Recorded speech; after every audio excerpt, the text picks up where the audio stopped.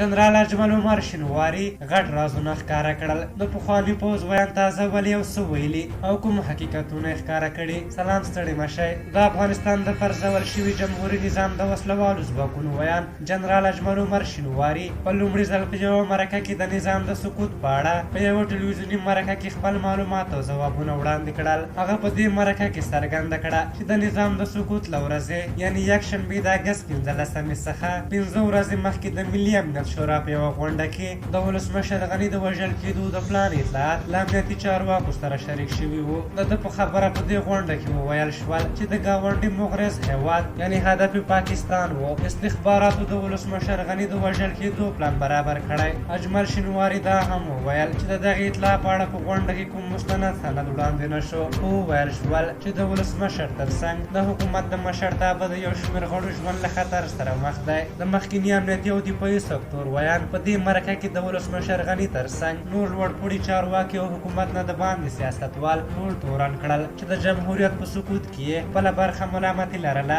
له دې سره نوموړي ټینګار درلود چې د جمهوریت د سقوط په ورځ د کورنیو چارو او ملي دفاع وزیرانو د ملي امنیت لوی رئیس د مازدیګر تر 15 بجو پورې په خپلو دفترونو کې ول. د دغه مخکیني پوځي ویان په خبره لومړی ارګ په دې ورځ تخلیه او ولسمشر له هېواده ووت او وروسته د امنیتي او دفاعي سکتور مشرانو خپل دفترونه پرېښودل. اجمل شینواري دا هم وویل چې د پوځ مشرتابه باید د نورو هېوادونو په شان له سیاسي پاشلتیا څخه وروسته د هېواد واګې په لاس کې نیولې او د سقوط مخنیوی کړی وای. هغه دا له وخته مخکې خبره وګڼله چې د سیستماتیک سقوط په اړه له ارګ او امنیت شورا څخه پوځي چارواکو ته زنګونه وهل شوي او ویل شوي چې سیمې طالبانو ته پرېږدي. دغه پخواني افغان جنرال دا ومنله چې د امنیتي او دفاعي ځواکونو په لیکو کې لوړپوړي کسان د سلیقو فساد او بېعدالتۍ په اساس ټاکل کېدل او دغه ګمارنې د بدو پایلو سبب شول. په هر حال تاسو د اجمل عمر شینواري د دغه خبرو په اړه نظر لرئ و نظرونه مو راته په کومنټ کې ولیکئ.